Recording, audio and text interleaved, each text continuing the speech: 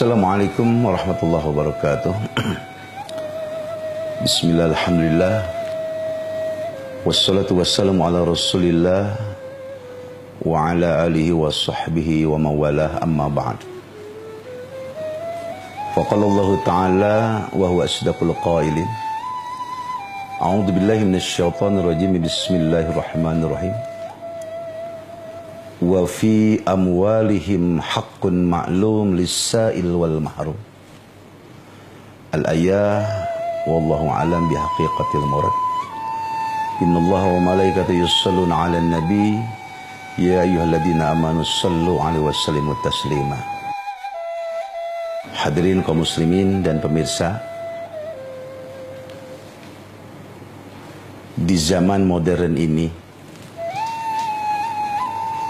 kadang-kadang manusia itu di dalam rukun Islam yang 5 ini ada satu yang suka dilupakan oleh manusia.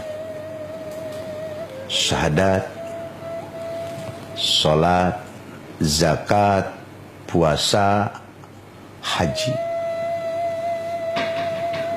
Orang di dalam sholat itu ramai menerangkan sholat.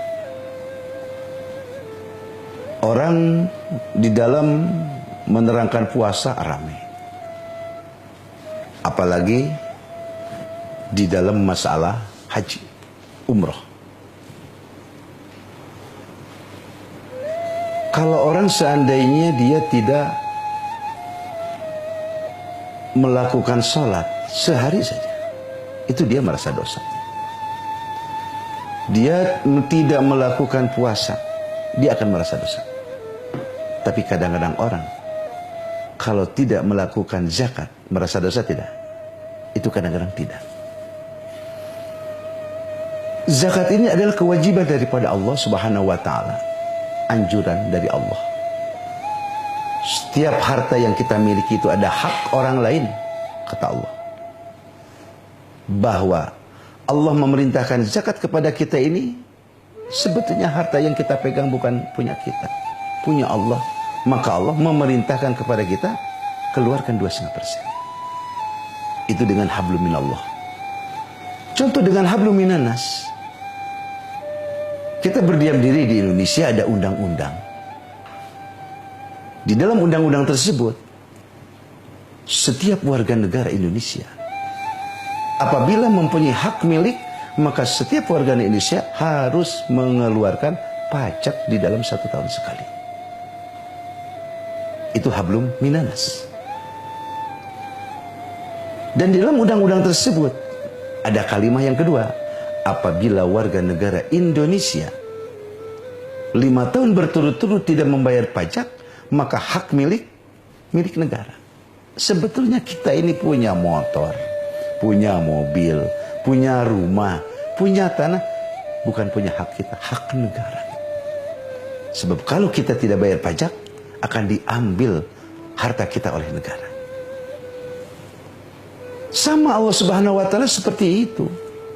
Bagaimana kalau orang yang tidak bayar zakat? Wa qala Abu Bakar Siddiq. Abu Bakar Siddiq mengatakan, apabila seseorang tidak membayar zakat atau kurang dengan membayar zakatnya, maka oleh Allah juga akan ditilang orang tersebut. Dengan cara Allah mengambil harta yang tidak zakat itu dengan 9 cara. Pertama, Allah akan mengambil hartanya dengan dibakar oleh Allah.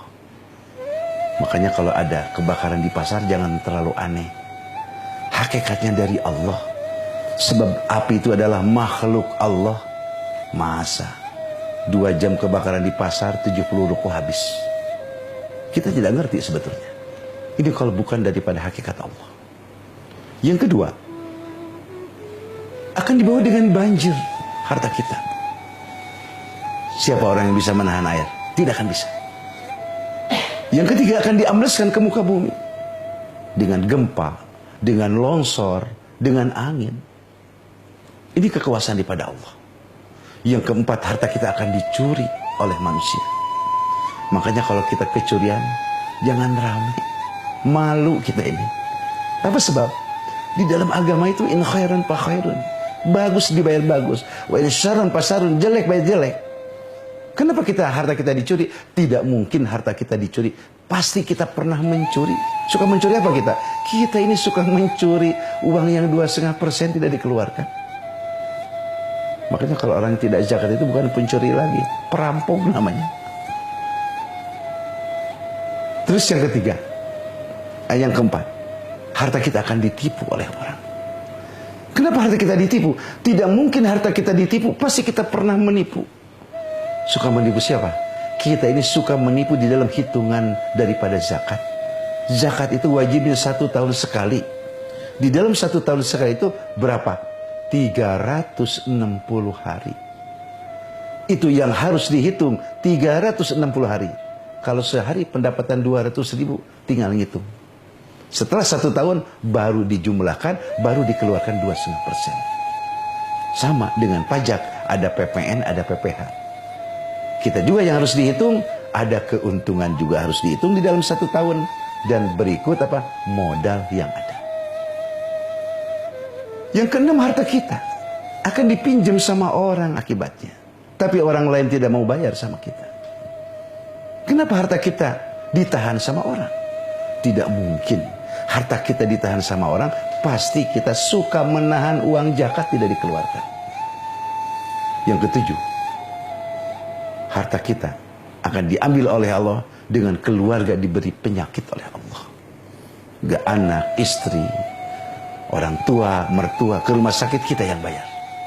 Kita usaha, anak bandel punya masalah. Kita usaha, karyawan masalah. Ada aja cara untuk menghilangkan uang tersebut. Yang kedelapan, di suatu saat orang tersebut akan diberi penyakit oleh Allah, yang mana penyakitnya tidak akan disembuhkan selama hartanya belum habis. Yang terakhir, yang kesembilan, bahwa harta tersebut setelah meninggal akan dirusak oleh ahli-ahli warisnya. Ini akibat penilangan daripada Allah bagi orang yang tidak zakat. Seperti orang yang tidak bayar pajak akan ditilang oleh pihak negara. Nah, itulah diantaranya zakat ini hukumnya wajib. Yang paling lebih masalah begini, coba kita direnungkan. Rukun Islam ini tidak ada toleran. Orang murtad saja setahun dia masuk Islam lagi, wajib qada nggak? Wajib qada. Orang nggak sholat itu wajib qada. Orang nggak puasa itu wajib qada. Bagaimana kalau orang tidak zakat? Itu wajib qada. Kalau kita mau qada sholat gampang, ada hitungannya. Setahun kita tidak sholat, tinggal ke depan kita mengqada. Setahun kita dulu tidak berpuasa, hanya 30 hari kita mengqada.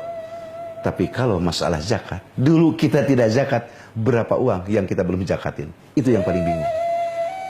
Sedangkan kalau harta kita tidak dikeluarkan zakat di dunia, itu ada hadis mengatakan, man atahullahu malan falam yuaddi zakat musilalahu yaumal qiyamah syuja'un aqrab. Siapa orang yang diberi milik oleh Allah, tapi orang tersebut tidak mengeluarkan hak 2,5%-nya, tidak dikeluarkan zakatnya, semakin banyak harta tidak dikeluarkan zakatnya, maka uang harta tersebut, uang zakat tersebut oleh Allah akan dijadikan ular syuja'ul aqra nanti di yaumil qiyamah yang akan menyiksa orang tersebut. Itu dahsyat sekali. Untuk itu kita mempunyai harta ini adalah amanat daripada Allah. Tidak hanya takut dengan amnesti pajak, tapi juga harus takut dengan amnesti daripada Allah Subhanahu wa taala, sama dunia akhirat ini. Semoga kita diberikan taufik hidayah oleh Allah Subhanahu wa taala. Rupanya cukup sekian dari kami. Wallahul muwafiq ila aqwamit thoriq. Wassalamualaikum warahmatullahi wabarakatuh.